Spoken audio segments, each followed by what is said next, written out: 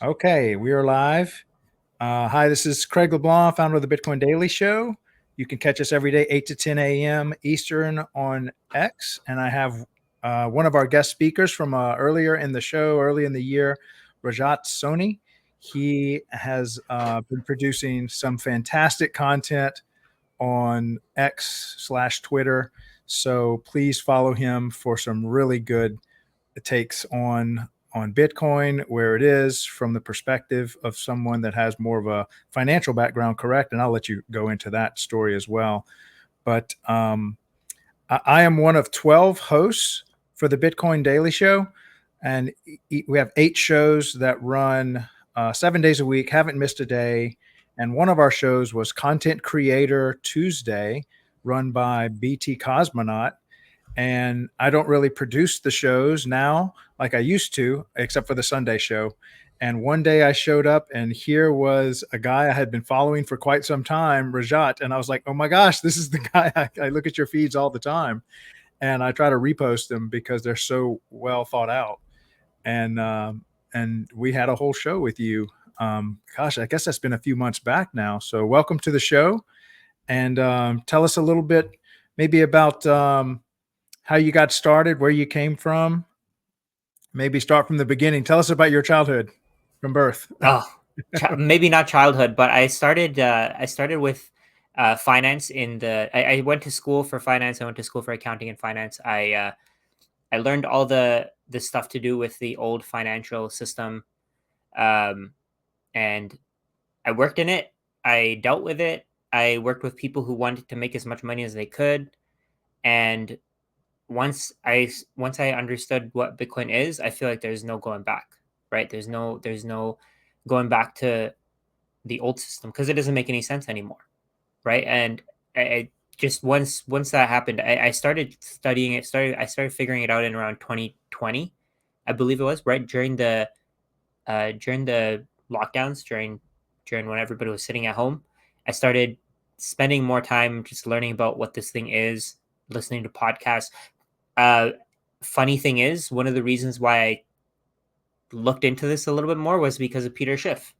He No way. was Yeah, it's crazy because his economics knowledge is great. He knows a lot about what he's talking about. He knows very well what he's talking about. Is His theory with gold is, of course, so important because it makes sense, right? Gold is scarce. It has all the characteristics that we need money to have, and I think he was constantly mentioning Bitcoin near the end of every single one of his podcasts, and it was pretty funny because he hated it so much, but he couldn't stop talking about it, You know, right? And he actually, I was a big gold bug back in 2010 or 2012, long time ago. And he mhm. was one of the first few guys I stumbled across that was really a proponent of just buying gold. And so I caught on to his content long before, gosh, 7 years before I caught on to Bitcoin, even heard about Bitcoin. So Wow, know him well. yeah. So I think him talking about it, I feel like that planted the seed. I didn't really start looking into it until it was one of my friends who told me to look into it. He told me Bitcoin is this stat, learn about it. This was when Bitcoin dropped to like $3,500. Do you remember in 2020 when it dropped? I think it had something to do with China, the the The ban on mining ban. Yeah, yeah, that's something mining. like that. I don't remember the exact reason, but I remember the price. It was at $3,500, and I was just thinking, oh, it's gonna go lower. I don't want to pay this much.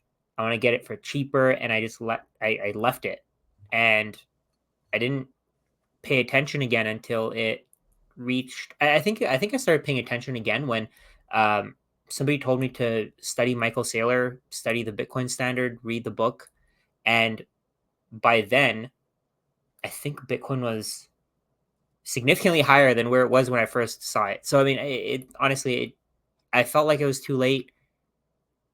Now people are feeling like they're too late. I know for a fact 10 years from now they're going to feel like they're early, right? They were early in 2024. People are buying small amounts, they're buying whatever they can. I mean, even those tiny amounts are going to add up to so much, right? Most people don't see this. Most people don't get it yet, and that's the reason why, right? Most people have no allocation. Most people have zero. Once they do have allocation, they're going to want to buy it from the people who own it. So that's Now, just how it is. But are you kind of like the 900 trillion divided by 21 million, and they get the 43 million per coin kind of thesis, or is that kind of how you look at it? Basically, the planet divided by 21 million is where we're heading. no, I don't think that makes sense. I thought it made sense before. I thought it made a lot of sense before. I actually have a couple of tweets explaining that, but Oh, now that I think about it, I feel like that's low, right? Because there's a guy named British Hodl. He mentioned how Bitcoin is priced at the margin, and I always knew about this, but I hadn't really applied it to Bitcoin. Um, I hadn't really looked at Bitcoin from that perspective because with Bitcoin, when you buy it, you're buying it from the marginal seller. You're buying it from whoever's willing to sell to you. When you assume that it's everything divided by 21 million, the problem is that you expect that the circulating supply is that 21 million. The circulating supply is going to be much lower, right? A lot of people are just going to be passing Bitcoin along with their friends and family. They're not actually going to sell it. I think I actually created a video on this on YouTube. I posted it on Twitter as well, but I personally think that there's no ceiling for Bitcoin's price. It can go to millions, it can go to billions, right, it can go to right. trillions of dollars, right? Because technically the US dollar is unlimited and the US government is paying like $1 trillion in interest alone to maintain this debt. And that's just going to go up, right? It's not like the US government debt is going to decrease. It's just going to keep So going up. Even based on their own assumptions, they're assuming that it's going to go up linearly. But if it does, it's still growing, and they're going to have to pay more and more interest each year unless the rates come down, which I don't think they can last. I think the U.S. dollar is going to collapse if they keep doing that. But I mean, the Fed is stuck in a very difficult position. The U.S. government is stuck in a very difficult position. So yeah, I'm going to give a very maybe fifth grade level understanding of. yeah, that's great. Yeah. One would be, like you said, everything's not for sale when you all Bitcoins are not for sale when you go to buy it. So what really sets the price is who's selling. And so that's what they mean by at the margins. Am I kind of saying that correctly? Yeah, no, that's great. That's exactly. I feel like for the people who don't understand it, that's a perfect explanation. And then the other thing is separate from that, a whole nother system, the fiat system, is constantly printing. Hmm. So that's another one setting the price, or at Yeah. least influencing it. And then another one is everything's falling in cost. So I think Jeff Booth talks a lot about how the world is Oh, Bitcoin. sorry, you cut out for a second there. Maybe it was just my end. Go ahead. Sure, the world is a deflationary world, and Bitcoin is deflationary by nature because it's, I think over time, it's becoming more and more rare because I don't think we've had, and maybe you can speak to this, but have you thought about how we haven't really had a generational transfer of Bitcoin yet? And I think there's going to be a lot of losses where Bitcoin's actually becoming more rare due to human error. There's less and less. There's not all 21 for sale, even right now, if you could get them all. Many are Yeah, lost. you might be able to get like if you wanted to, if you really, really wanted to, and you went on Coinbase or you went on any exchange. I think the number right now is something like 2.8 million Bitcoin on exchanges. I might be wrong, maybe a little bit lower, maybe a little higher. Mhm. But if you think about it, those are the only Bitcoin that are available on exchanges. Of course, there's more that could come to the market, but the thing is that you have to also consider that there's an estimate of 3 to 5 million that are lost, Mhm. right? So when you consider that, you're left with 15 to 18, 15 to 17 million Bitcoin. And then you have just a bunch of people who are probably never going to sell, right? Because they know what this is. They have produced more than they consume. They're regularly doing that. And because they're doing that, they're not going to need to sell it, right? I know people who, there's people on Twitter who have thousands of Bitcoin. They're never going to have to spend that much money, right? Right. They're going to give it away or they're just going to hold on to it forever. Not only that, but a lot of the early Bitcoin and current Bitcoin buyers are buying with excess revenue. So of their discretionary income, they're already making two, three, four times what they need to live on.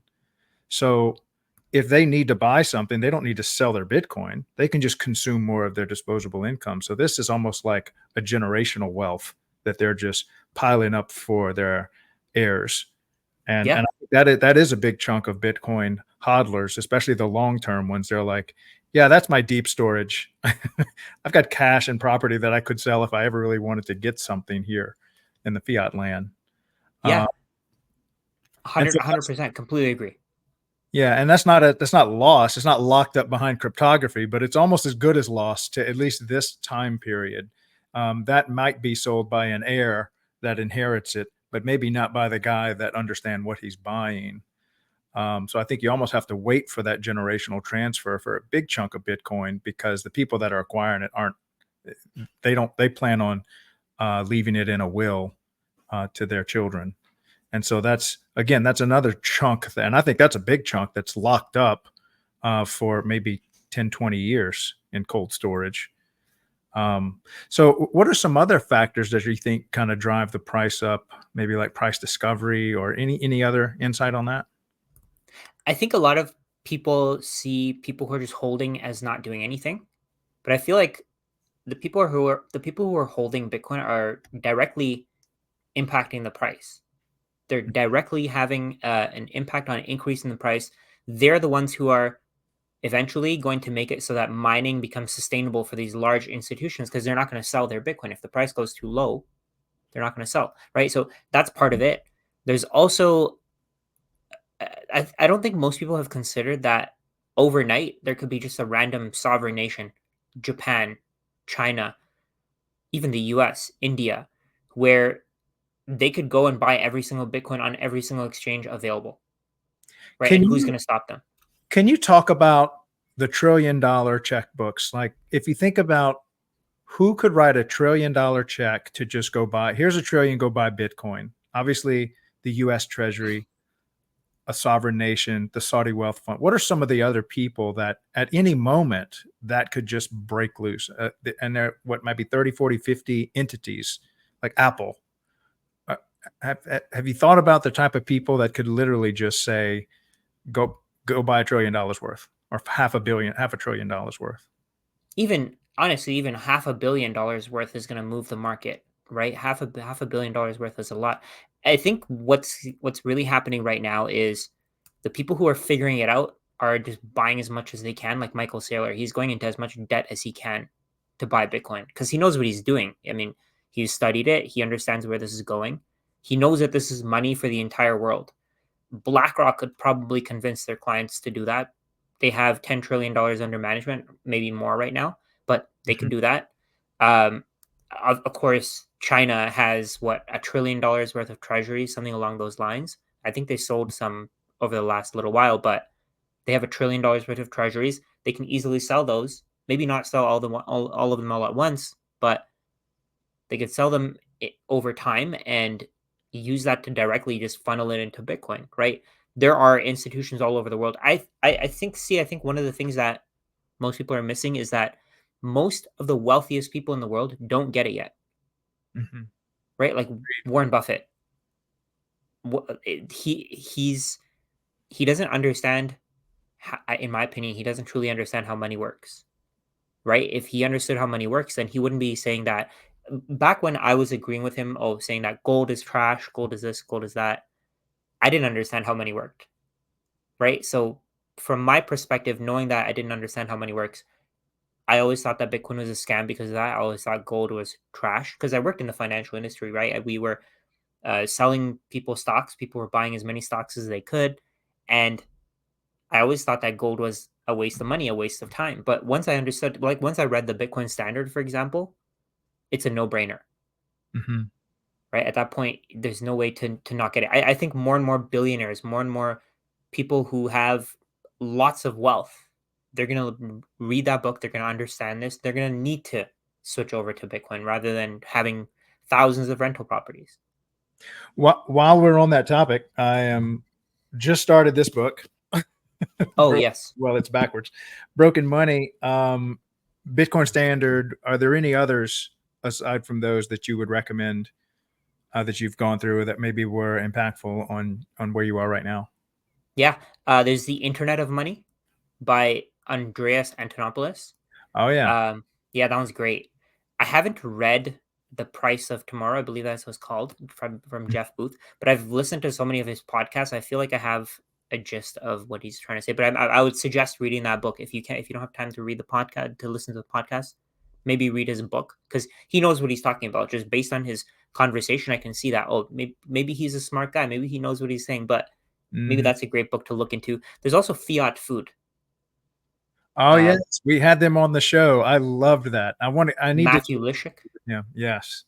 Yeah, It was really good. great. I haven't read the book, but I've listened to his podcast. I've listened to um, Saifedean's podcast. I've done the research to listen to, or to figure out how I guess the food industry pretty much owns the world, and how they control it. I mean, it's kind of just a way of deducing that that's what they're trying to do, right? They're trying to. I mean, the goal in that case is they're trying to get us reliant on their production, take the means of production out of our hands, so we rely on them forever. And that's pretty much the the Mhm. goal there. And they're going to keep lowering the quality of the food that we eat. They're going to keep decreasing the quality, move us on to the pharmacare side of things. And it's just a cycle, right? It's just a cycle of death and destruction. Now,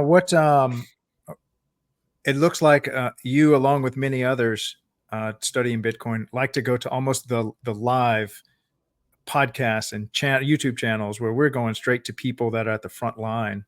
What are some of the channels or personalities that you're kind of consume regularly to stay up to date on all the above?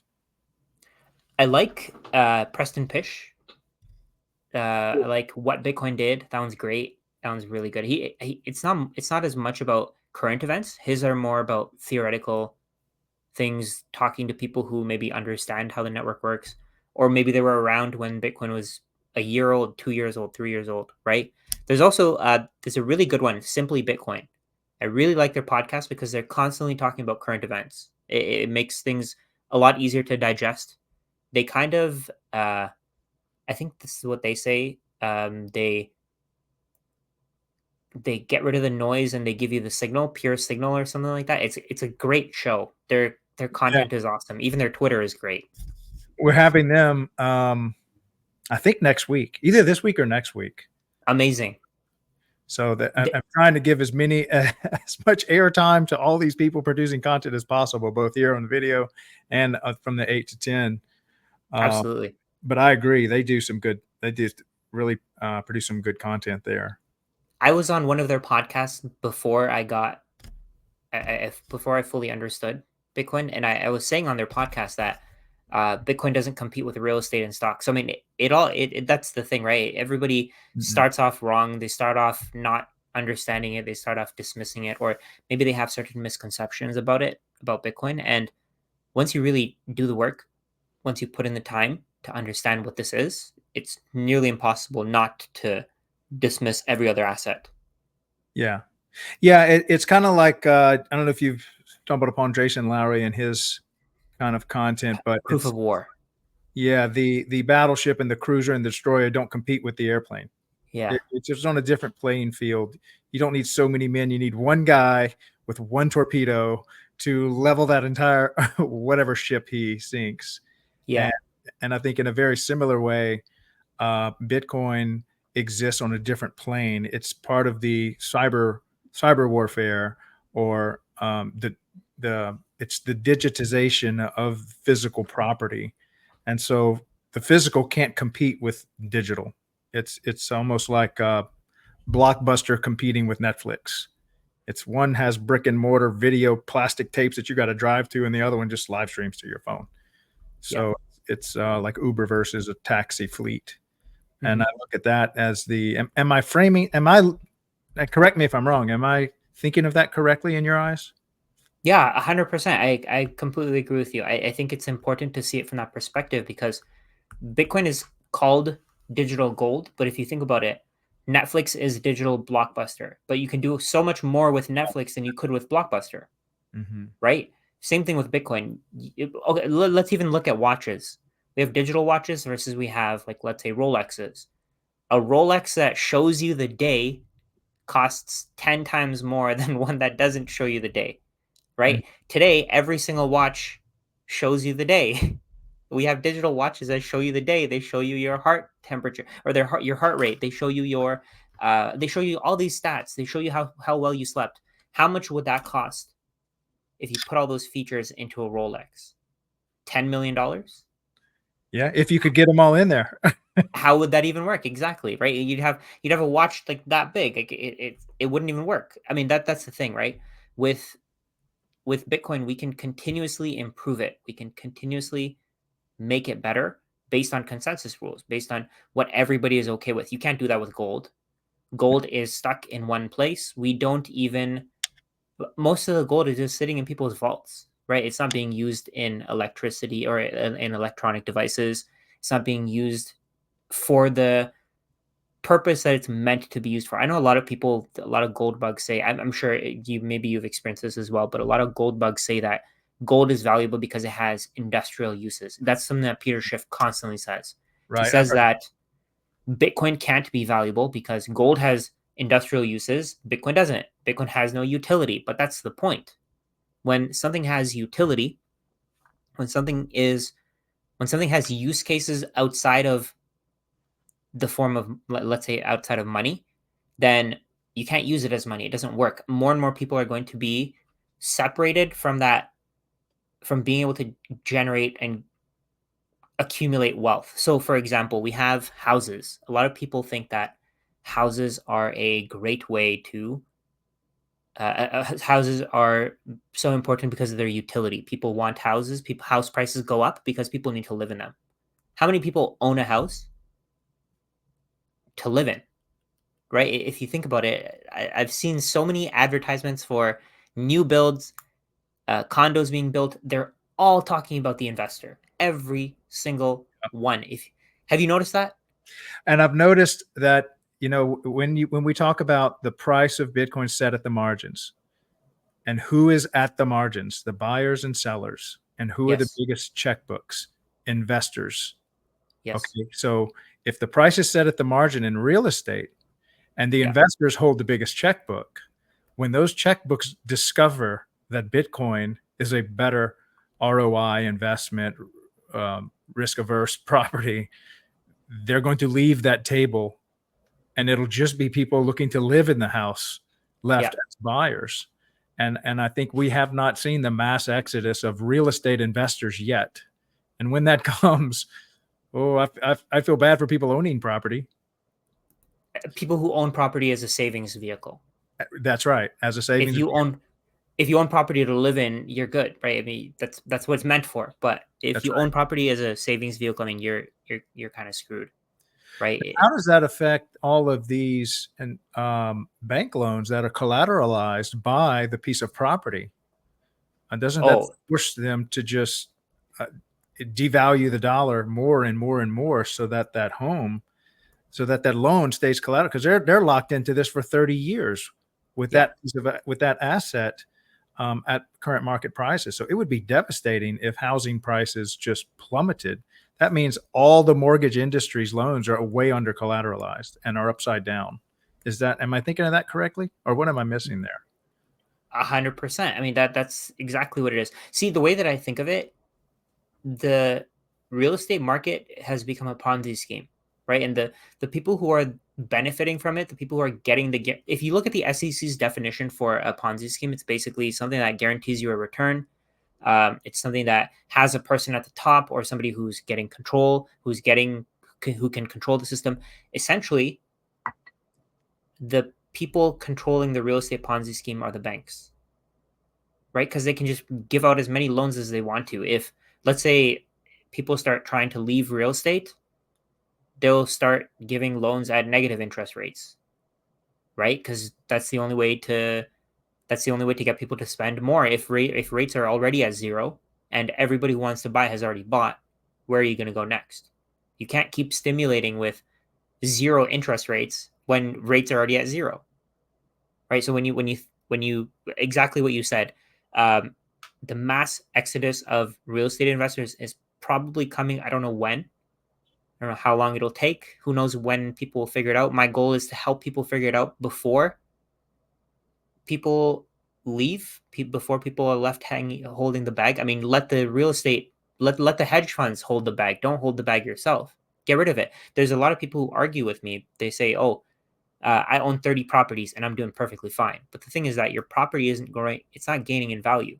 It's the dollar that's losing value. So there's one thing that I want to that I want to actually touch on based on what you said. The price is determined at the margin. So if at any time, how many properties do you think are on sale? Maybe like 0.5% of the total, Okay. maybe less, maybe more.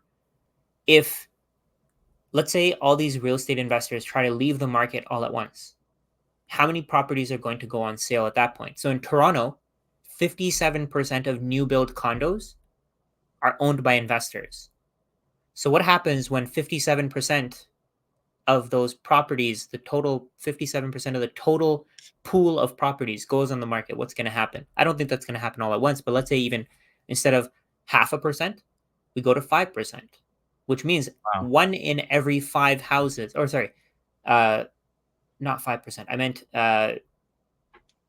yeah, okay. So let's go with 5%. That means that one in 20 houses are going to be on sale. Right now, you have one in every 200. So that 10x's how many houses are going on sale, right? What happens in that case? If you have no buyers, price will have to keep coming down because there will be people who are desperate to sell. They realize that holding this property, this steaming bag of manure, is not worth it to them because they have so much work that they have to do. There's so much stress involved. There's so much maintenance. There's so many costs involved. Why would you continue holding this when you can just hold this digital gold and never have to rely on getting paid from by a tenant again? Why not just create your own cash flow by selling small chunks of your Bitcoin, which will always go up in value? Right. Well, and maybe help explain this. There is a seller on the market that has no bottom. Whereas if you are an individual owner, you at least want to get what you have left on the loan. But Mm-hmm. if your home ends a foreclosure and it's up for sheriff's sale, the bank just says sell it for whatever the sheriffs can get for it. And so they Mm-hmm. really have no bottom. If they have a $200,000 home and they get 30,000 for it, then it just rolls over because they have unlimited money. Whereas you as an individual might say, okay, I got a $200,000 home. I only got 100,000 left in it. I have to at least get that to pay off the loan. Whereas the bank can just sell it at any price. Uh, Mm-hmm. and so I think they can drive a market like you've just described even lower.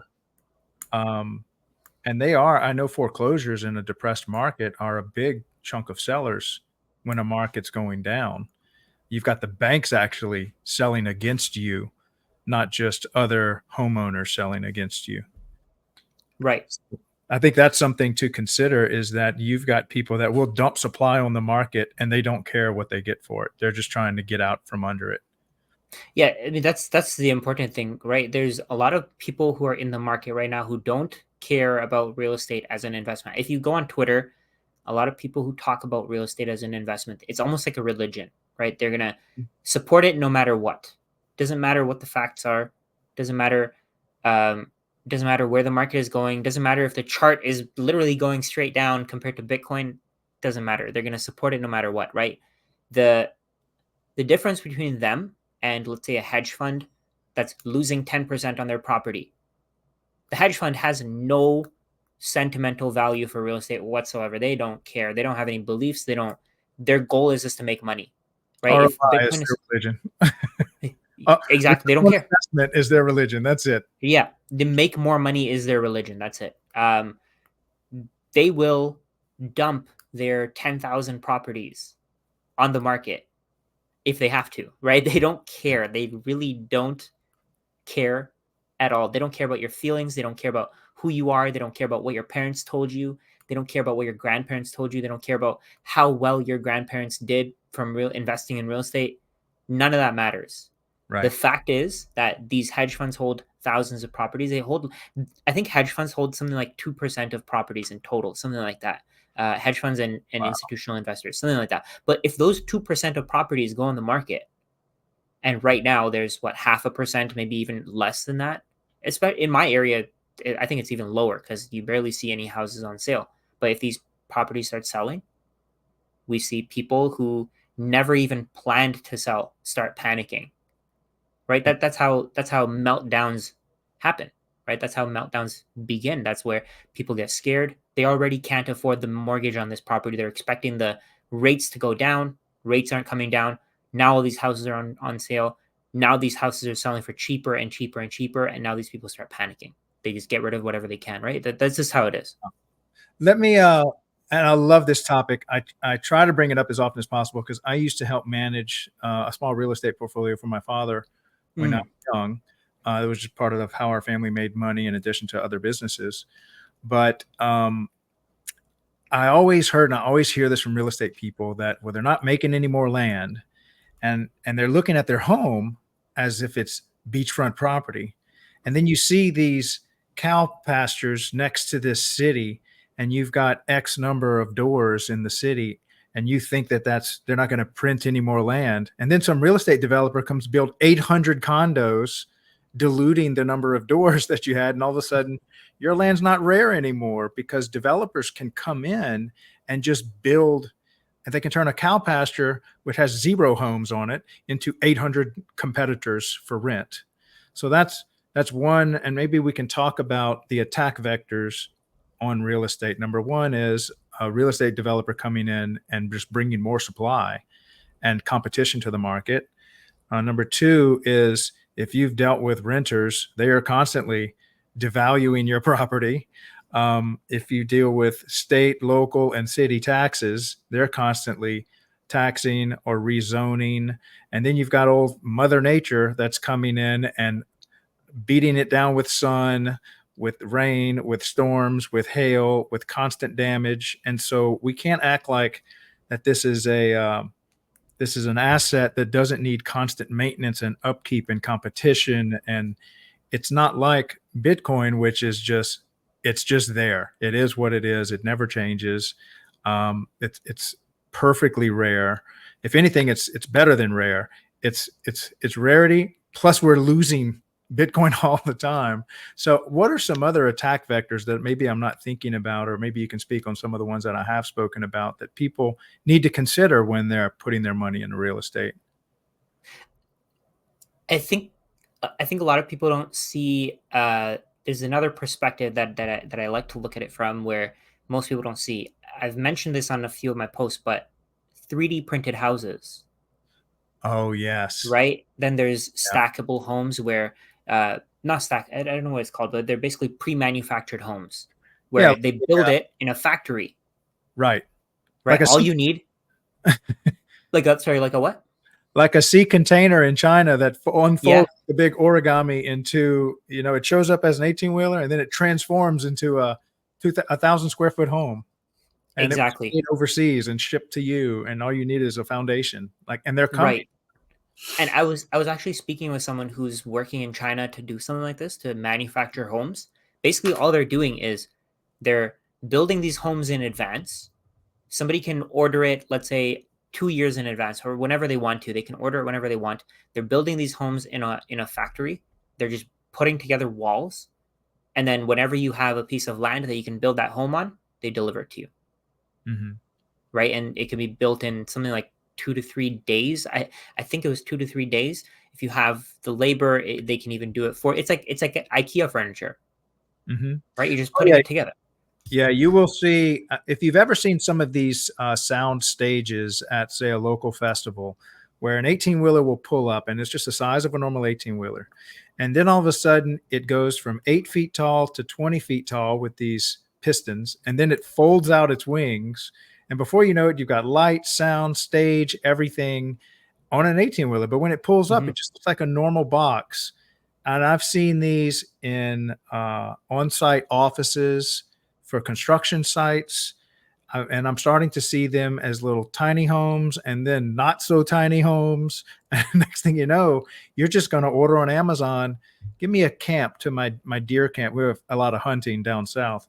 So you just order a deer camp for like 15 grand and it drops in setup and it's already built. It's done. Everything is done. You could even put furniture in these things from China and it's like a turnkey. All you need is a level ground. And what does that do to the construction of homes? And what does that do to now that's your competition when you're a landlord. Um, I and that is absolutely coming because it's just cheaper. Yeah, it uses less labor. It Mm. uses less. It's easier to build. It's quicker. There's also the fact that when you build in a factory, you can actually make it to whatever specifications you have. I mean, of course, you can do that with a house that's built like this as well, but it's much easier to do it in a factory. It'll probably be much, much, much cheaper if you have to do, let's say, certain parts, or if you want to put in certain features. It'd be much easier to build it in a factory. It'll cost less. It'll consume less labor. We'll be able to put our labor towards other things. Let's say the farmland that Bill Gates is buying, and he's not farming on it. Maybe we can have people actually growing food instead of working on, let's say, building houses in a site, in construction workers, or I mean, this is another completely different perspective, but instead of people working, if Bitcoin, if we do go to a Bitcoin standard, instead of people working in the financial industry, we have people growing food, building houses, doing all these things instead of the financial industry absorbing all that labor, all those resources. We have actual products being built, and that's just completely changed, right? That's going to change in the coming years. I think we're going to see that. I think real estate is probably going to be the next thing that gets hit extremely hard. When real estate gets hit, it's very likely that the banking system goes next. Now, give people maybe a window into how big the real estate bucket of money is. If we're looking at a $1.25 trillion market cap of Bitcoin, if it starts eating the elephant of real estate, how big is that elephant globally? I think the total is something like 300 or 400 trillion dollars. Wow. There, okay, so I think the way that I think there's a different way to look at it. That makes sense. That's fine. But if I think if you reverse it, it makes a lot more sense. So there are in total in the world 2.4 billion houses. There are 21 million Bitcoin. Out of those 21 million, of course, 3 to 5 million are lost. So there's 15 to 17 million. And then you have the fact that it's not just houses that are going to be valued. We have to value everything with Bitcoin. So, like you said, infinity over 21 million. But house prices, I think, are going to drop below 100,000 Satoshis. Hmm. Right now, you can get 6 or 7 Bitcoin for a house. In the coming years, you'll be able to get 100,000 Satoshis. So that's the difference is 700 million Satoshis versus 100,000 Satoshis. Right. So Wow. if you have a portfolio of let's say 30 houses, 50 houses, right now you can get what's 50 times 7? What's wrong with me? 350. 350. Yeah. Yeah, 350. So you get 350 Bitcoin today for that 30 to or for that 50 house portfolio. In the coming years, 50 houses are going to give you uh what 5 million Satoshis when it goes to 100,000. Eventually it will, right? It's Mhm. 5 million versus 300 or 3.5, is it 3.5 billion Satoshis? Yeah, no, 35 billion Satoshis. So 35 billion Satoshis versus 5 million, right? And Wow. most people are just waiting it out. They're waiting. I mean, why wouldn't you hedge yourself? Now, maybe explain the gradually then suddenly nature of when people when it's early, it's very slow.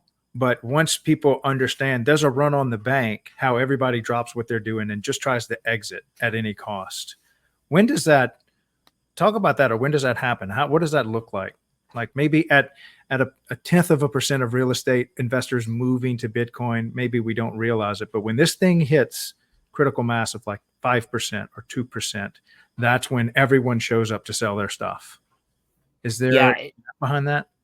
it's just the effect of compounding. Over time, you're going to have the growth is going to accelerate, right? So let's say in the beginning we had Satoshi Nakamoto and the cypherpunks knowing about Bitcoin. How many people was that? Maybe 10, Hmm. 5, however many. Today, how many people know about Bitcoin? 500 million, right? And that didn't happen. It didn't happen in a straight line. It went up. It went up slowly. It gradually increased. In the beginning, it was very slow.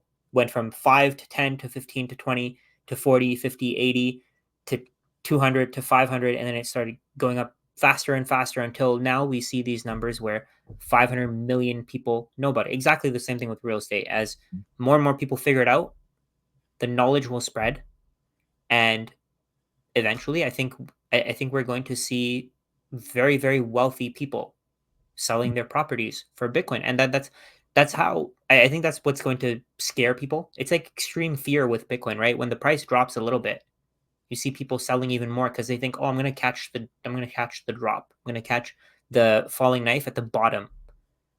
Price starts dropping, starts slowly, then it just falls off, right? Exactly the same thing that's gonna happen with real estate. So right now, what real estate is 7 Bitcoin per house.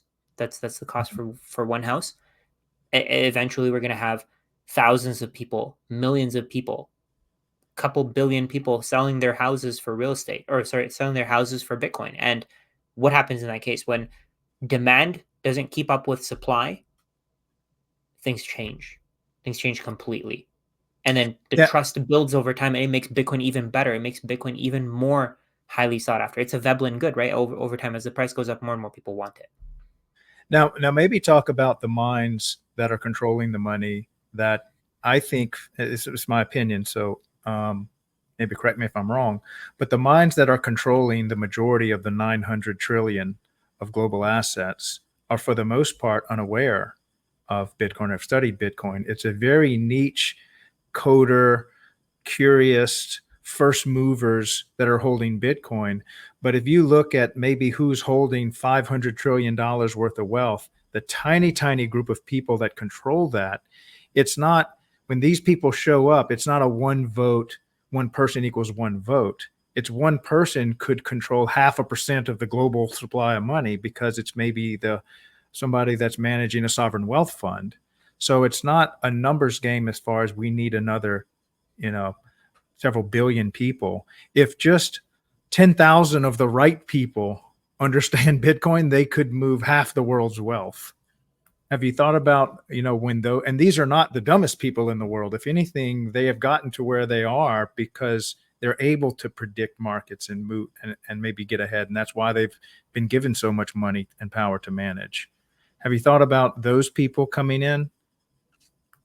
I haven't, but I mean, it's all just relative, right? I mean, it's exactly what you're saying. Once they get it, they're gonna move in quick, Mm-hmm. right? Nobody wants to lose wealth. Nobody wants to watch their portfolio drop in value in real terms, right? When you see the S&P 500 going up, what 10% a year, the actual return on that is probably when you look at how much money is being printed. There was a chart that I saw that showed the S&P 500's growth versus the M2 money supply increase. Mm-hmm. It's the same, right? So in real terms, you're not going anywhere. You're just saving your wealth, and you're able to outperform everyone because everybody else is just holding this thing that's a melting ice cube. You're holding the one thing that is the means of production, and because you have the means of production, because you have shares, you have ownership in the means of production, your wealth increases because you can sell the goods that are produced with those means of production to other people. And those people are willing to pay you for it because maybe they're necessities. Just because you're outperforming the average person who's holding cash doesn't mean that you're doing well, though.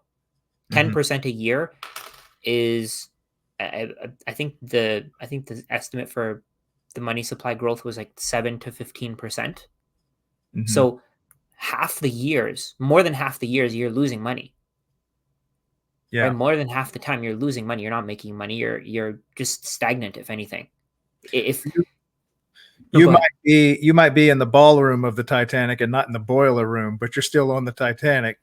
Yeah, Either way, it's going exactly. down.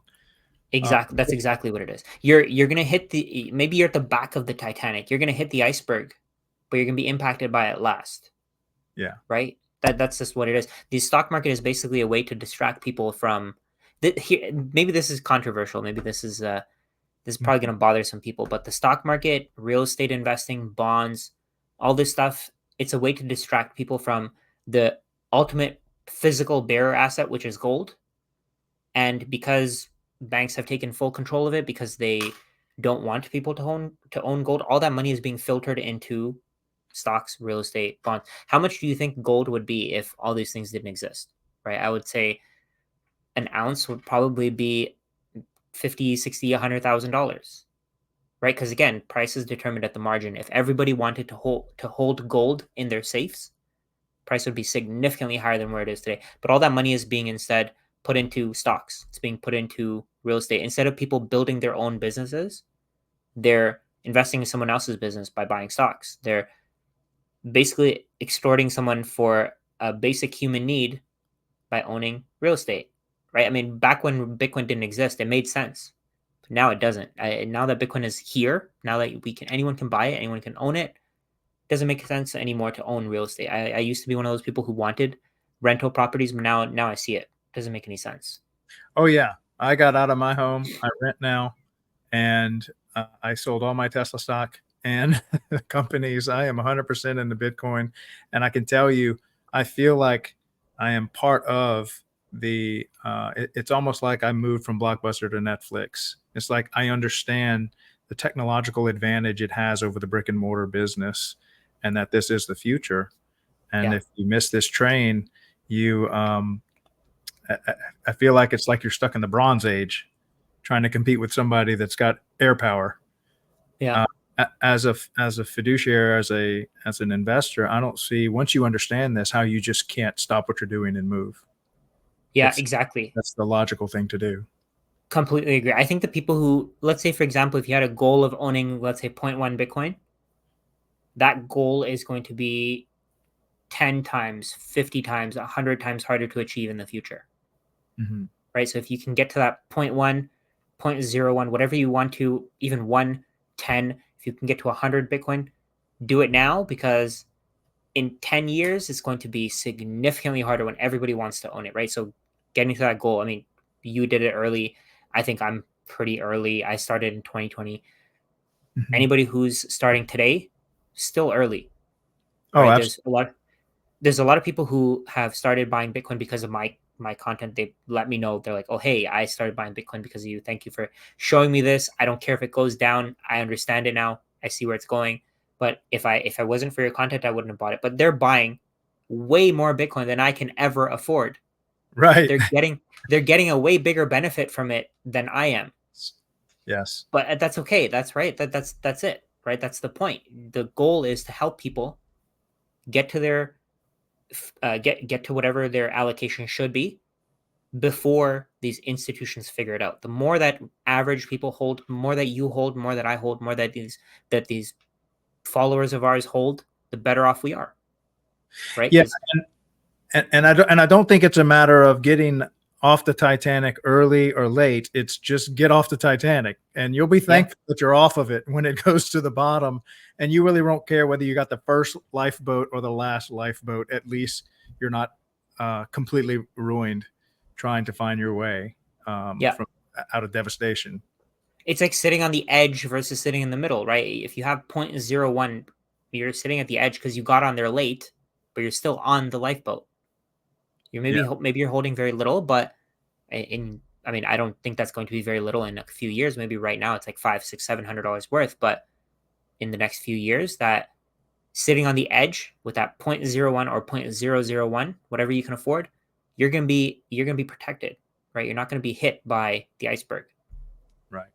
Well, so we've got about 12 minutes or maybe a little bit longer left. I wanted you to maybe tell the community about, your experiences on Twitter, what you seek to, what the value you seek to provide, and maybe even how you go about thinking about your X posts, and kind of help us look into that world, at least through your eyes, a little bit. Definitely. I think it's really difficult teaching how Bitcoin works because there's so many different factors that play into it, right? There's so many different topics. You have to kind of assume that everybody has a basic level of understanding, but most people don't, right? You can't explain how money works in every single post, right? Mhm. You can't explain just the absolute basics in every single post. You have to go a little deeper. So my goal is to keep going deeper. Just assume that the people who are following me, maybe they have some level of knowledge, maybe they understand it. Of course, I'm going to keep adding on that basic content. That's the key. I've been making a lot of those basics posts on YouTube, a lot of those videos where I'm just teaching you why Bitcoin is going to go to $1 billion, why it's going to go to why $1 million is not enough to retire. I think a lot of people don't understand the basics, and once they do, once they get it, it's very difficult not to go to Bitcoin. So my goal will be to keep diving deeper, keep going, keep getting better analogies, teach it better over time. And I feel like my skills with just teaching people how this thing works have been improving, and Yeah. it works for me too, right? Because I keep learning more. I keep absorbing more content from other people like yourself. Everybody who posts on Twitter, they add a little bit of knowledge to everyone else. You have an impact on every single person who sees your posts. Eventually, people who are bears today are going to refer back to my tweets, to your tweets, to whoever else there is. They're going to refer back to those tweets, and they're going to see that maybe I should have listened to that guy back then. Maybe I'll start listening to him now. Yeah.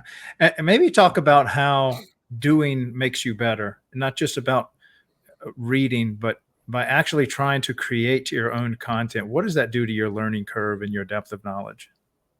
For me personally, it made me ask a lot more questions, right? Mm. If there's a topic that I'm trying to teach, let's say if I'm trying to explain what a recession is, I can tell you that, oh, a recession is a period of a downturn, but why?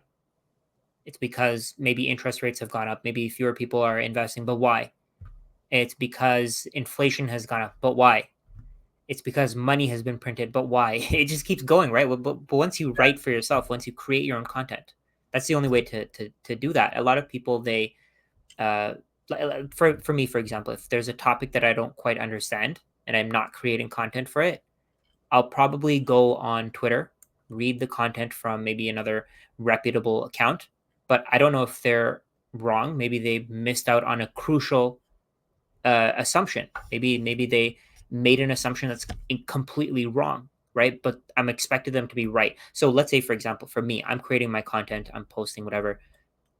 There's a lot of times where people are pointing out that I'm wrong, and they're right. I am wrong. I am completely wrong. But then, if I didn't create my own content, if I didn't put it out there, I wouldn't have had these thoughts in the first place. If I Mm-hmm. didn't put it out there, I wouldn't be able to see that I'm wrong and get to the right conclusion. I wouldn't be able to see that. There's been so many times where an account with 15 followers tells me, "Hey, this is wrong. You're completely Right. wrong." I know a lot of people. They'll be like, "Oh, ignore them. They have too little followers. They're irrelevant. The followers are all that matters and all that stuff." But that's not true. That's not true at all, right? Even if you have 10 followers, if you have 10 people who are looking at your content, Yeah. you have some value. You know what you can create some value for anyone, right? It does the follower count doesn't matter. The most important thing is getting the content out there, helping people to get to that, I guess, signal. The biggest mistake that a lot of people are making right now they're just ignoring it because they don't understand it. It's too complicated for them, right? Right. Avoid that. Don't be in that situation 10 years from now. Creating content was the only reason why I started really understanding it more. Before I started creating content, I was thinking, oh, this garbage, scam, buying air. Why would I want to buy air? Why would I want to put Right. all my net worth in this? But I mean, once you start putting out the content, once you start diving deeper, once you start really understanding what this is, it Mhm. helps you, right? Every single video that I make, it takes 10, 15, 20 hours of research, takes a ton of content, takes a ton of time to edit it. In that time, I'm also learning. There's been so many times where I've created a video thinking I'm so confident about this topic. And then when I read more about it, I'm humbled. And Yes. that's the only way to learn, right? Yeah. And I would say for those creating anything, assume, take the position that you are wrong. It's just a Mm-hmm. matter of how wrong, and encourage your audience to show you where you're wrong.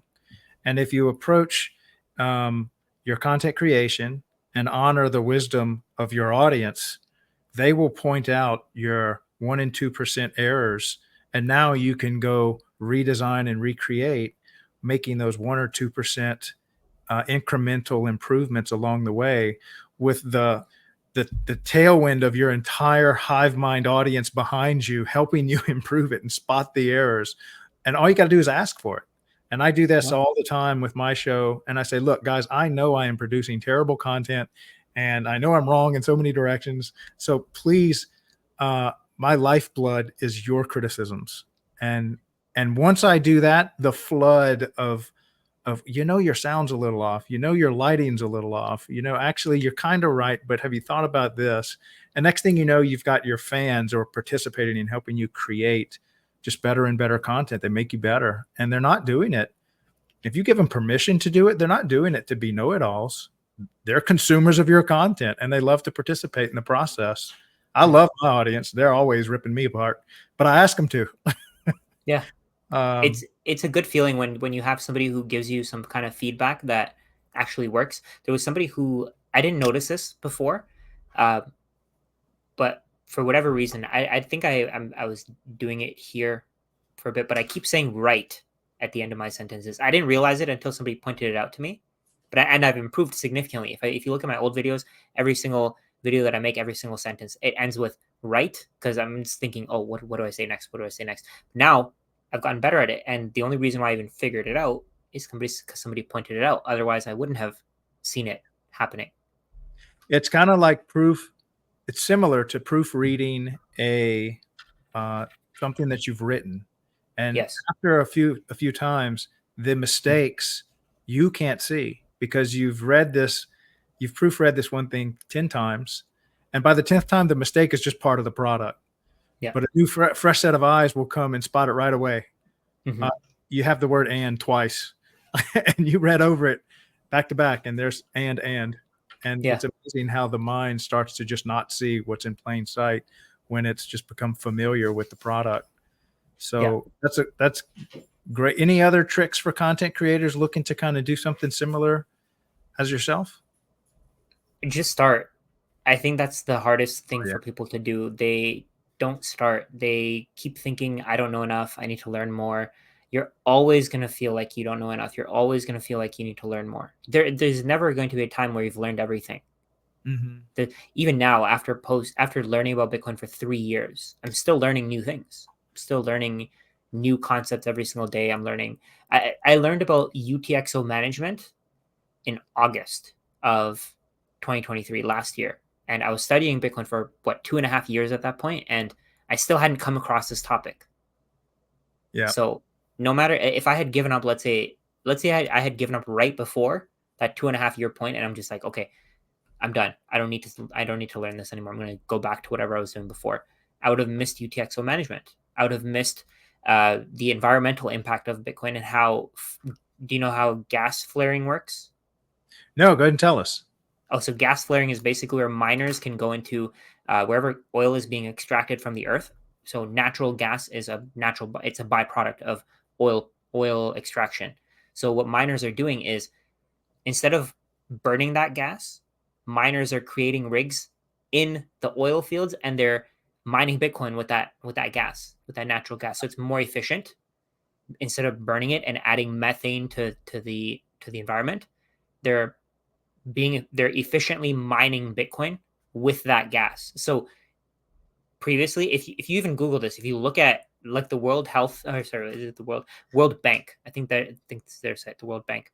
Even they were saying how gas flaring is something that it's terrible, and we need to get these oil extractors to pay for their crimes, and we need to find ways to improve this. Bitcoin has fixed that, right? I wouldn't have come across that. I wouldn't have even thought of that if I hadn't dug deeper, Yeah. if I hadn't kept going.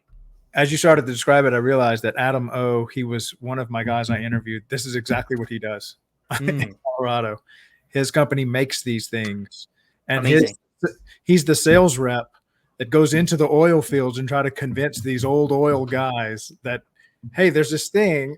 So imagine taking an oil field guy and explaining everything about Bitcoin, and you need to put one of these on your oil wells, and you can stop flaring this gas. He's got a good sales pitch.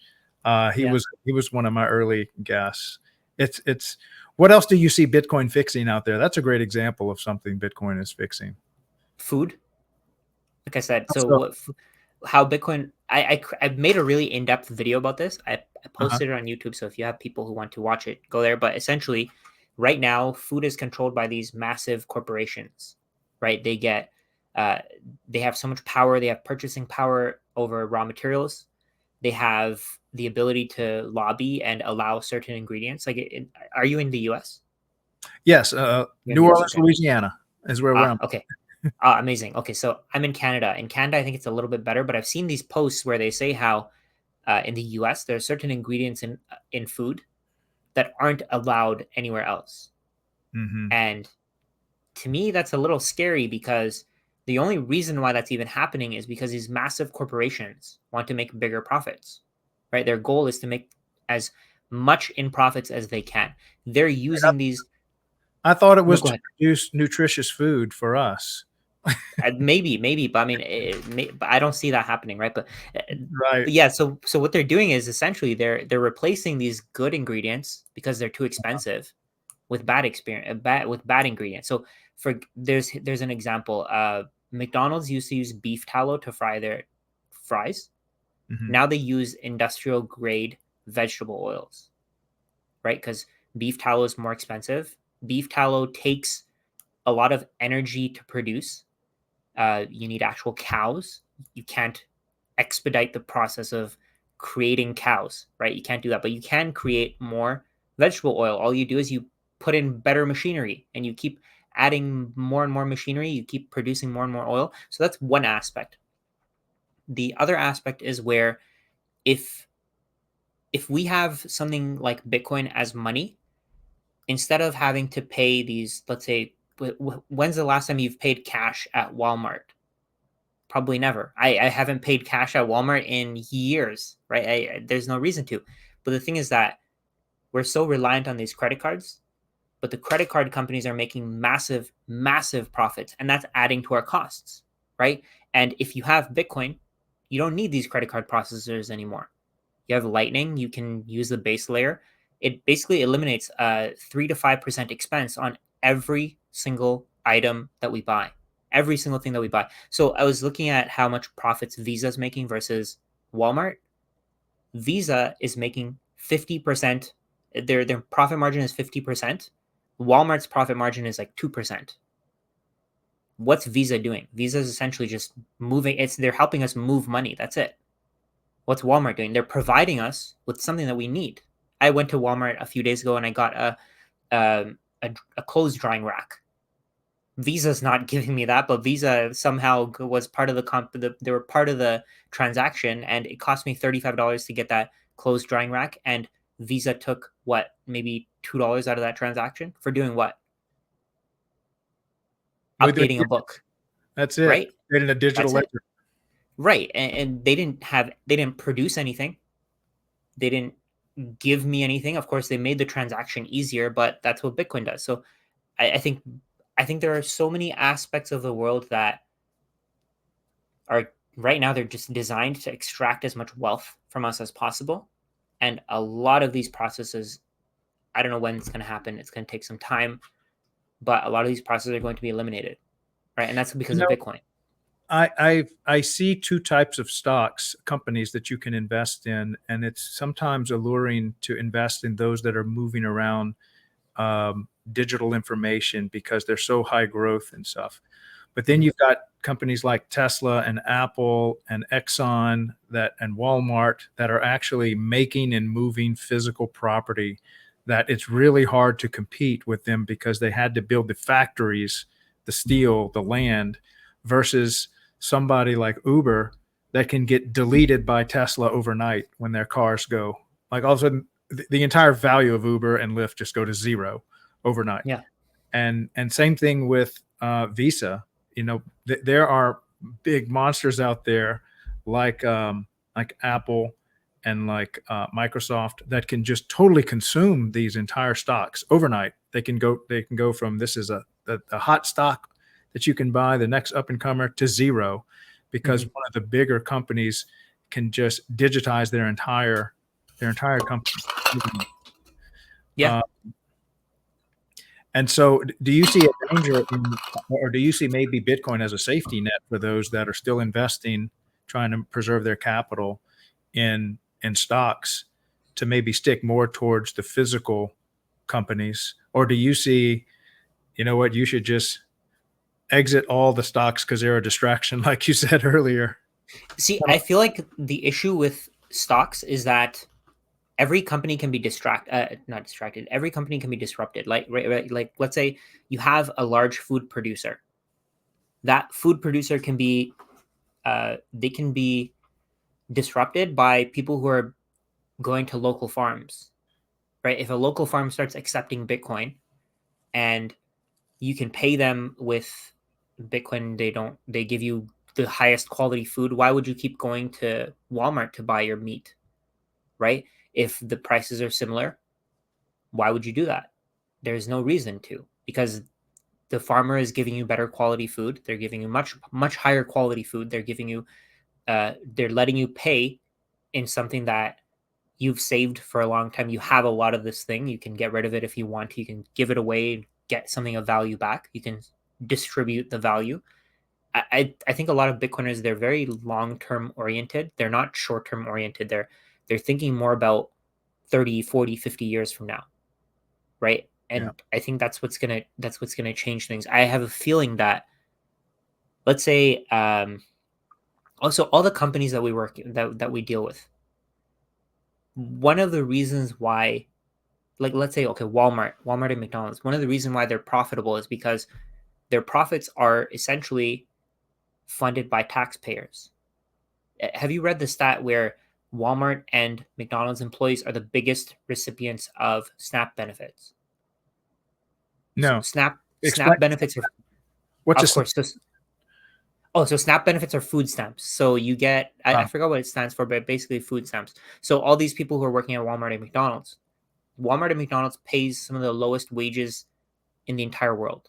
And they're paying these wages to people who are not able to sustain their lifestyle. So instead of using their wages to pay for their food or for whatever, for their home, for their meals, they're using uh, taxpayer funded benefits to pay for their food, so because their all wages these companies, are subsidized essentially. their wages are being subsidized. That's exactly what it is. So when there's no longer the ability for the US government to print money and create these food stamps, when we go to a Bitcoin standard, it basically removes that. It removes McDonald's ability to extract wealth, extract labor from their employees. It removes Walmart's ability to extract labor from their employees, because their employees are basically forced to work there. I mean, there's the opportunity cost of getting minimum wage versus starting a business. Starting a business takes some time. Minimum wage, you get paid right away. So these people are thinking, I need to pay for my food, I need to pay for rent, so I'm going to work this job. It's the only way that I can do it, because in the short term, I need to pay for all these things. But their cost of living keeps going up. So they're more and more reliant on these jobs, right? And on a Bitcoin standard, I think it flips things. I think it flips it around. So on a Bitcoin standard, if you can't get SNAP benefits, you work at McDonald's, you're going to starve to death, right? So it gives more people the incentive to work for themselves, to build a business of their own. So I think these small businesses, because there's a lot of people who are very, very smart out there, but they're stuck in dead end jobs. They're stuck in minimum wage jobs, or they're stuck in, let's say, a bank, working as a hedge fund manager or an investment banker, or just wasting their potential doing work that's basically just moving money from one pocket to the other. They're not really creating any value. But all these people, when there's no job available for them as an investment banker, they're going to find ways to produce value, so they don't have to work a McDonald's job, or they can create something. They can create a business where they get properly compensated for their ideas. And I think what this is going to do, I think what Bitcoin is going to do is it's going to create, it's going to give people the, sorry, not create, but it's going to give people the ability to be creative. It's going to give people the ability to be creative and get paid for it, because everybody can pay you in Bitcoin for whatever you produce. Let's say you produce an ebook, you can get paid with Bitcoin through Lightning, and nobody can stop that. But the other thing, again, all ties in, right? It's all just one big loop, right? Right. It all works together. So if you think about it from that perspective, all these people, they now have a lower barrier to entry, because they don't have to pay Visa their 5%. Yep. Right. So with Visa, you have to have a minimum transaction amount. With debit cards, you have to have a minimum transaction amount. With Bitcoin, you don't. You can literally sell something for 1 Satoshi if you want to. Mm-hmm. Right. Lightning is not going to charge you many fees. The wallet that I used, it It barely charges any fees when you have a small transaction, Yeah. right? And that, I think what that does is it lowers the barrier to entry, and it gives more people the ability to start businesses like Netflix. Netflix took down Blockbuster. Would Netflix have happened if whoever created it, whoever the CEO is, whoever the creator, whoever the idea was generated by, would that have happened if that person were working at a hedge fund or as an investment banker? Right? They Right. had the incentive to do it. They had the ability to come up with that idea, so they pushed themselves to create that idea. I think all this is going to do is it's going to make things better and better and better over time. I think every technology will be disrupted, and I think the money, the base layer of everything, will be the reason for it.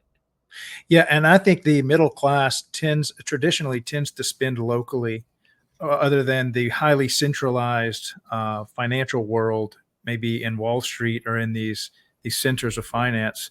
They they almost don't spend the money; they just reinvest it, or they hoard it, or they keep it just in New York, or they keep it in London. Whereas once a middle class person starts to become, say, a millionaire, they'll invest locally in their city, in their towns, in their parks. They'll employ their artists. They'll buy Yeah. at farmers markets. They'll buy a little. They'll spend a little bit more money because the money is now brought local. I think um, Bitcoin is going to localize wealth. Well, right now, Yes. wealth is centralized into financial hubs all over the planet, and the Bitcoiners live in the community. Like Bitcoiners don't live on Wall Street. I mean, I'm sure there are Yeah. a few, but for the most part, Bitcoiners are spread throughout the planet, and so it's Yeah. just to take the wealth and just basically layer it all over the world as the social layer of Bitcoin grows. It's just the Bitcoiners are going to be the future wealthy class, and they're going to spend money where they live, and that's going to me that's going to start employing a lot of your local artists, your local communities, your local restaurants, your local food vendors, and it won't be such this centralized everything. It seems like everything is centralized right now, and I think Bitcoin's going to swing that into the other direction. That's Yeah. my hope, at least. I completely agree with you. I think a lot of Bitcoiners are very generous. I so I've met so many people who are Bitcoiners who have given away Bitcoin, even though they know exactly what it is. Right? Yes. I've given Bitcoin to family members, even though I know that the price is going to triple, quadruple, 10x, 100x. I've given Bitcoin to people because I know for a fact that these people, this is maybe their first touch point where they see themselves getting this thing, and they've actually started buying after I gave them a little bit for Yeah. free. But I mean, the point is that I gave them a little bit, and now they're going to be able to use this thing. They're going to be able to accumulate this thing, and they're doing it because I gave them that little bit. But I think what Bitcoiners do is they try to make the world a better place. I think that's the ultimate goal, right? Yeah. The ultimate goal is to get as much as a Bitcoiner. My goal is to get my family out of the reach of the financial system, to not have to rely on governments, not have to rely on handouts. That's the goal, right? That's the thing. That's what you want, and we will do whatever we can to contribute to that. Yeah. I know for a fact that you're doing that. I know for a fact that there's a guy. Do you know who Andreas Antonopoulos is? Oh yeah, that's the guy that I spent 40 hours trying to understand. I thought I was way too dumb for these conversations mostly when I started back in 2017.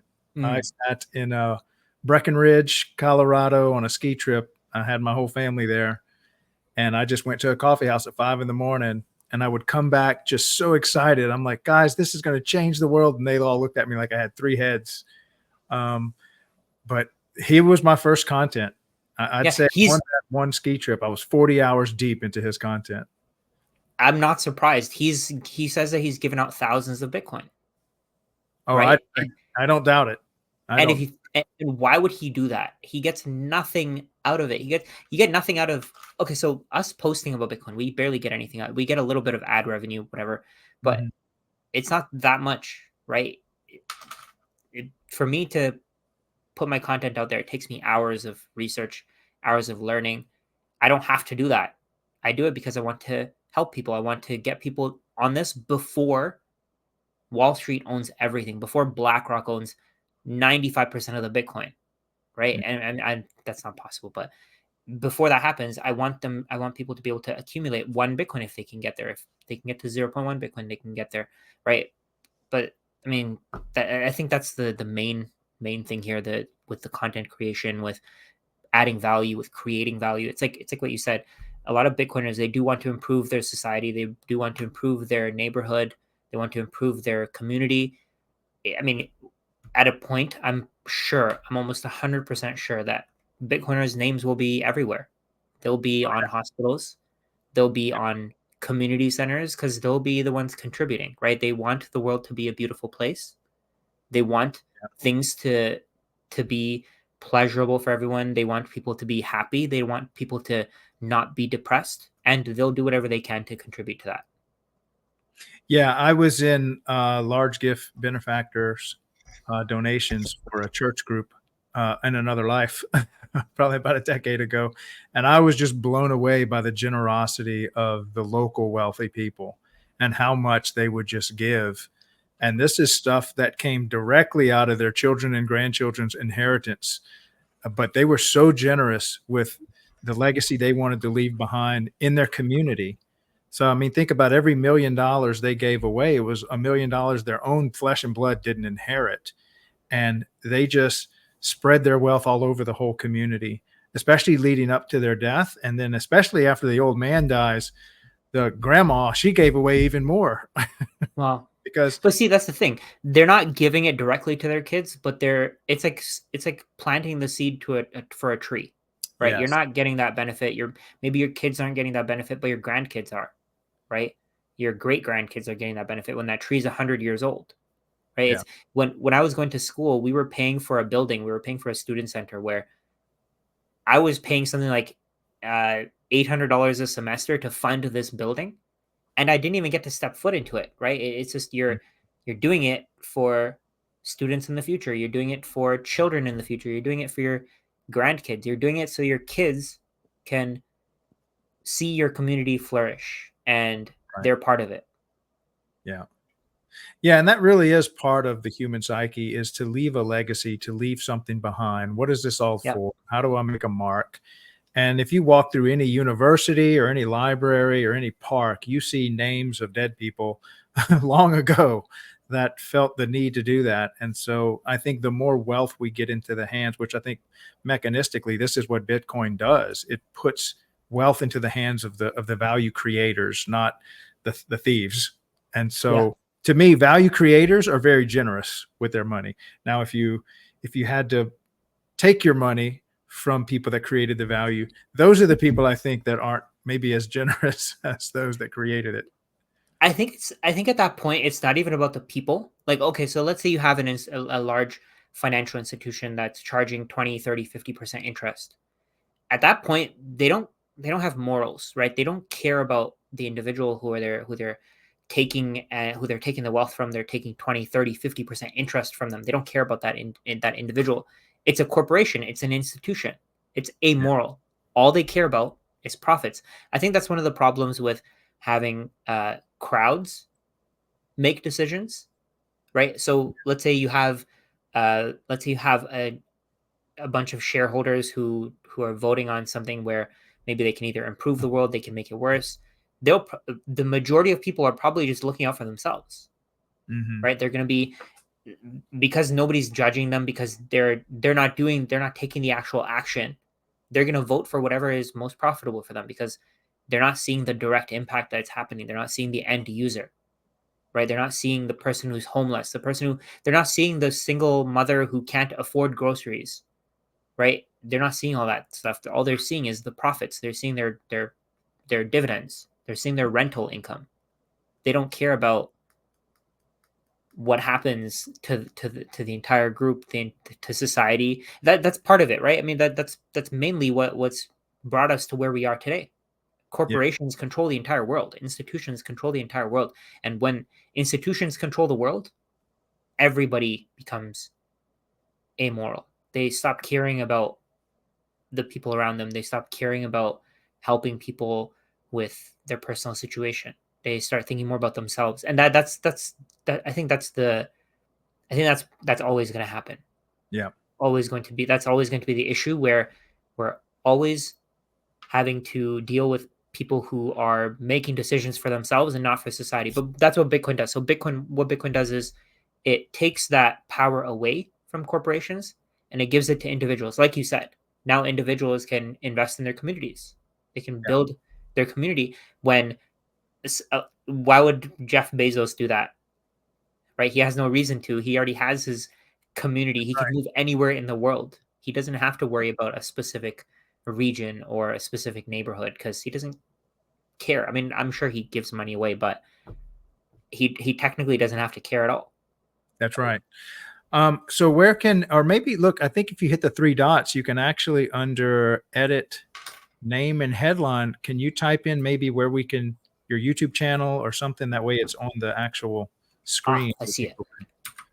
I think if you just search for Rajat Soni Bitcoin, it should work. On Twitter, I'm Rajat Soni Finance with no I in that one Yeah, right there. there you That's go. my Twitter. And Okay, then good. Rajat Soni Bitcoin on YouTube. Um, I also have Rajat Soni Bitcoin on Instagram, and then I have Rajat Soni Finance, where the finance has an I, so you can follow me on Instagram as well. Sure. Fantastic. Well, look, I'd love to do this again. I love your content. I try to Absolutely. repost and share a lot of your stuff. But yeah, maybe in a few months. Are you wouldn't happen to be going to the Nashville conference, or are you I planning on? don't think I'm going to be going. I've been really busy these last few days, just trying to create my own content, and I haven't even thought of it. Yeah, we'll keep doing it, man. I love your stuff, and anything we can do to help. And come on to the show anytime, 8 to 10. I love to hear you comment. And the Saturday show is our TradFi show where they talk a lot about the finances. But you're welcome to come on at any show and weigh in. Love the Amazing. love your voice being part of the stage. But Appreciate it. I appreciate you having me on here. It's always an honor to be on somebody's podcast when they dedicate their time to having a conversation with me. I appreciate it. fantastic. All right. Well, thank you so much, and hope to see you soon. And keep creating. And y'all can, for those of you listening, you can find Rajat on YouTube and on X. Follow him. His Twitter feed or his X feed is amazing. I love it. And so, like, share, repost, anything you got. But thank you for your time today. Appreciate it. Thank you so much, Craig. Hi, Rajat. Bye bye. Bye. All right. So that was an interview with Rajat Soni. You can find him on YouTube at, I think, just his first and last name, Finance, Rajat Soni. He is also regularly on X. His Twitter feed, his X feed is amazing. It's really well thought out content. He does a lot of research. If he produces a piece of content, he's got hours of work and research behind it. Super smart guy. And he's doing a lot of the legwork for you to have good consumable content. In addition to that, if you want to hear the Bitcoin Daily Show every day, 8 to 10, my name is Craig LeBlanc. I'm only one of the hosts. We have 8 shows with 12 hosts that produce great content, different content on Bitcoin. So I'll quickly run through it. Today, Monday, we had Kendall. She is the meetup queen. This girl is so gifted in creating meetups, and this is the in-person meetup. So if you're a Bitcoiner looking to learn more, you really should look up either on the Meetup app or Orange Pill app, or hit me up on X or Kindle, and you should go to your in-person meetup. What do I mean by in-person? It's just Bitcoiners meeting at a local pub or restaurant or park once a week, once a month. Some of these are just super casual, and others they'll bring in a speaker and might have 100 people or a book signing, so that they range, and they're almost in every city in the world. There's a Bitcoin meetup. So you should definitely do that, because you are who you hang around, right?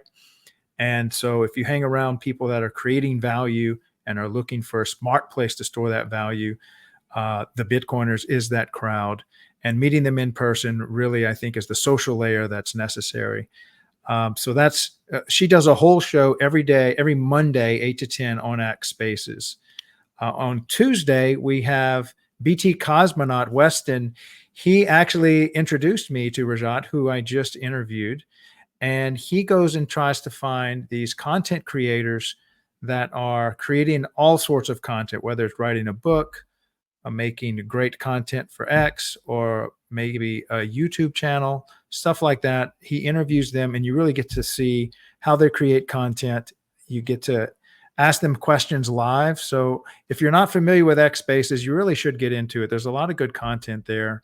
It's just if you slide, I think, right on your phone on the bottom, you see Spaces. You can type in Bitcoin, and you'll see every day, 8 to 10 a.m., the Bitcoin Daily Show has a show. And so if you go to the Tuesday show, you can hear a cosmonaut show, and you can talk to live one of the content creators he has found. Okay, so then Wednesday, let's say you're new to Bitcoin and you really don't quite understand it, and you're looking for maybe a fifth grade explanation, or maybe you just don't even understand money or the history of money or fiat and how that works. So we have got two of, I think, world class uh, PhD doctors that have dedicated their life to explaining money, to education. It's Deanna and Joel. Deanna just wrote a book called Satoshi's Shells to Satoshis. She finally finished her book last week and announced it on our show. I actually interviewed them. So if you go to our YouTube channel, you can see them both.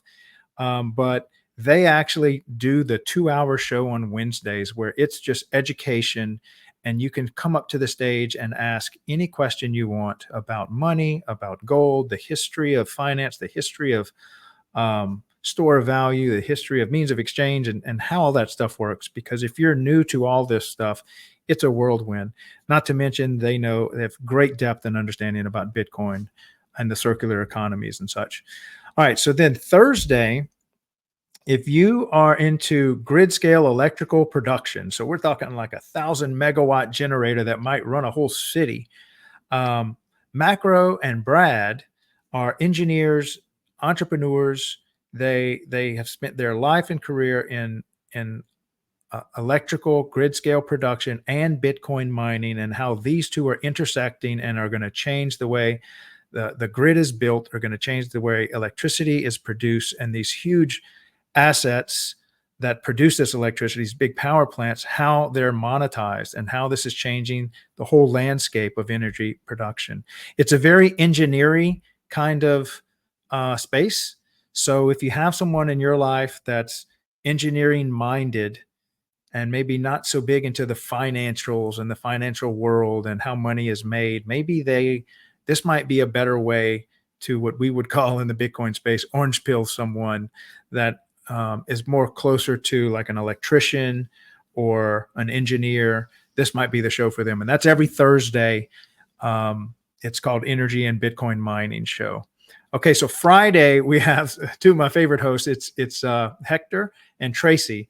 Tracy and Hector have this unique gift of just going super deep with someone who has dedicated their life to Bitcoin. First, they go find them. They find somebody that has dedicated their whole life to Bitcoin on some little topic. I'll give you a great example.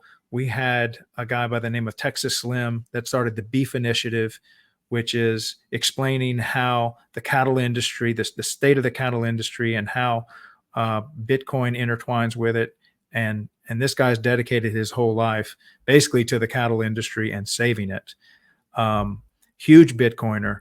And so she's interviewed him a couple times now, and she'll go find people just like him to come onto the show and just tell their whole story and their whole mission. And I can tell you, it's just a beautiful show every Friday. I don't know how they pull it off, but thank God for Tracy and Hector. I love their show. It's to me, it's almost like we should call it the show of hope.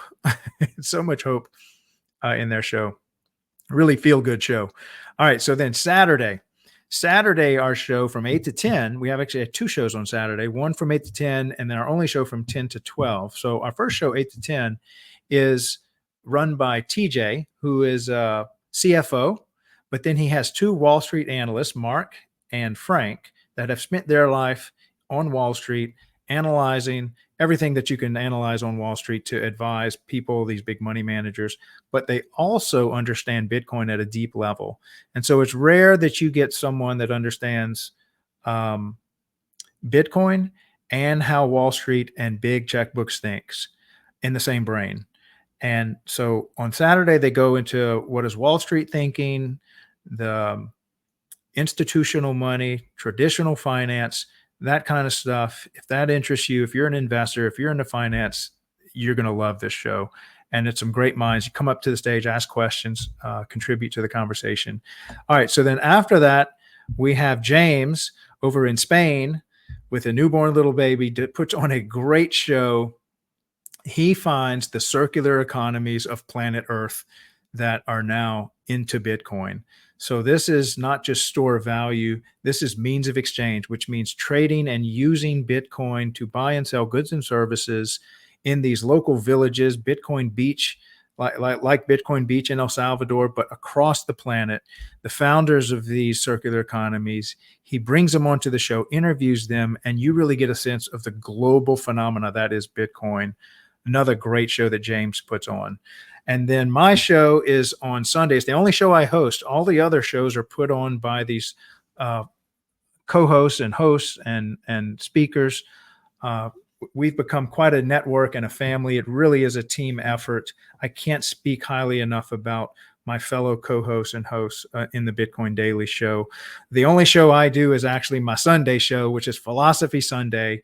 We had to give our philosophers of Bitcoin an outlet to talk because they were hijacking all the other shows. Bitcoin has a way of making you going super philosophical and super deep about man's search and quest for truth. And so we gave it its whole show. So from 8 to 10, if you want to go way deep down the rabbit hole of what Bitcoin is and what it means and what's the meaning of life, that's my show on Sunday. So one of my favorite. It's something that I look forward to each Sunday, and it's a very relaxing show. A cup of coffee. Love it. So please join us every day, 8 to 10 a.m. Eastern here on X Spaces. And then I'll continue to do these live interviews with some of the people that we discover and find across all the shows and really give them just an interview for themselves to really tell us a little bit more in depth and video on what they're doing and the value they're bringing and just about Bitcoin. I hope this is helpful for you guys. Thank you all so much for the love and support. I will be in Nashville along with a bunch of the hosts. We'll be at the Bitcoin meetup table. So in the convention, they gave us 2 tables just for people who are organizing in-person meetups. I organize 3 in-person meetups in New Orleans, Baton Rouge, and Lafayette weekly. And along with, I think there's like 80 other organizers that are showing up in Nashville. So if you want to learn about how to organize it, it's not just for organizers, Bitcoin meetup organizers, but even if you're interested, please come by the table, say hello to me. I'd love to meet you all in person, along with all the other Bitcoin Daily Show hosts. Say hello, I'll take a picture, and I love to put a name to the face. So again, I'm Craig LeBlanc, founder of the Bitcoin Daily Show. Thank you all so much again for the love and support. Let's go stack some sats today, get them while they're cheap. And we'll see y'all tomorrow morning. Thanks a lot. Bye.